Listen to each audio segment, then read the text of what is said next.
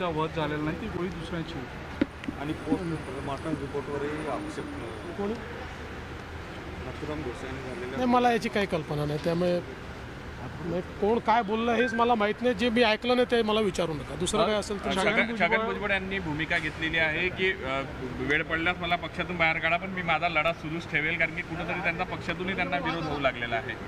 पहिली गोष्ट तर मी अतिशय स्पष्टपणे सांगू इच्छितो की आमचं सरकार कुठल्याही परिस्थितीत ओबीसीवर अन्याय होऊ देणार नाही.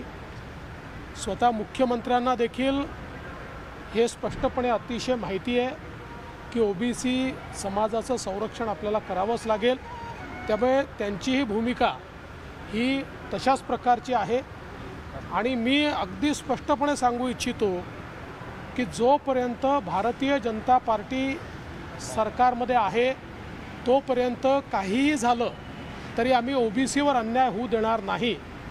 उद्या जर अशी वेळ आली की आम्हाला ओबीसीला संरक्षण देता येत नाही, मी स्वतः जाऊन माझ्या वरिष्ठांशी बोलेन. पण काही झालं तरी ओबीसींना या ठिकाणी त्यांच्यावर अन्याय होणार नाही, ही भारतीय जनता पक्षाची आमची भूमिका आहे.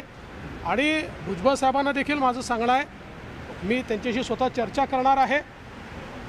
जे काही त्यांचे आक्षेप असतील त्यांनी निश्चित सांगावे. जर कुठेही अन्याय होत असेल ओबीसीवर तर आपण निश्चितपणे त्याच्यामध्ये परिवर्तन करू, बदल करू. त्याच्यात आवश्यक त्या प्रकारे ज्या काही सुधारणा करायच्या आहेत त्या आपण करू. ओबीसीवर अन्याय होऊ देणार नाही. प्रायमा फेसी आमचं मत अगदी स्पष्ट आहे आणि मुख्यमंत्र्यांचंही मत आहे की आत्ता जो काही घेतलेला निर्णय आहे तो कुठलाही सरसकट घेतलेला निर्णय नाही आहे. ज्यांच्या एंट्रीज आहेत त्यांना सरळतेने कसं मिळेल सर्टिफिकेट, एवढाच हा निर्णय आहे.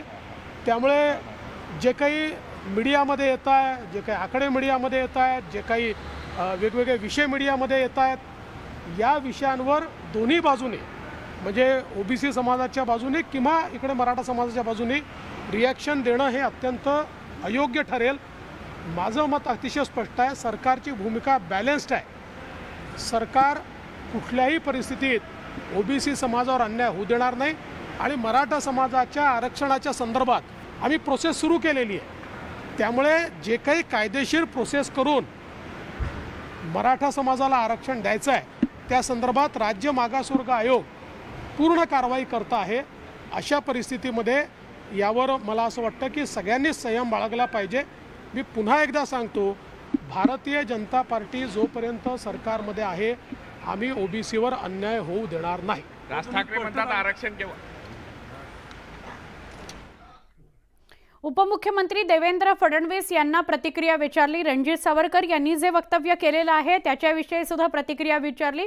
आणि त्याचबरोबर मराठा आरक्षण, ओबीसी आरक्षण यावरून जे राज्यात सध्या गदारोळ सुरू आहे त्याबाबत प्रतिक्रिया विचारली असता कुठल्याही समाजावर अन्याय होऊ देणार नाही असं स्पष्ट केलेलं आहे देवेंद्र फडणवीस यांनी.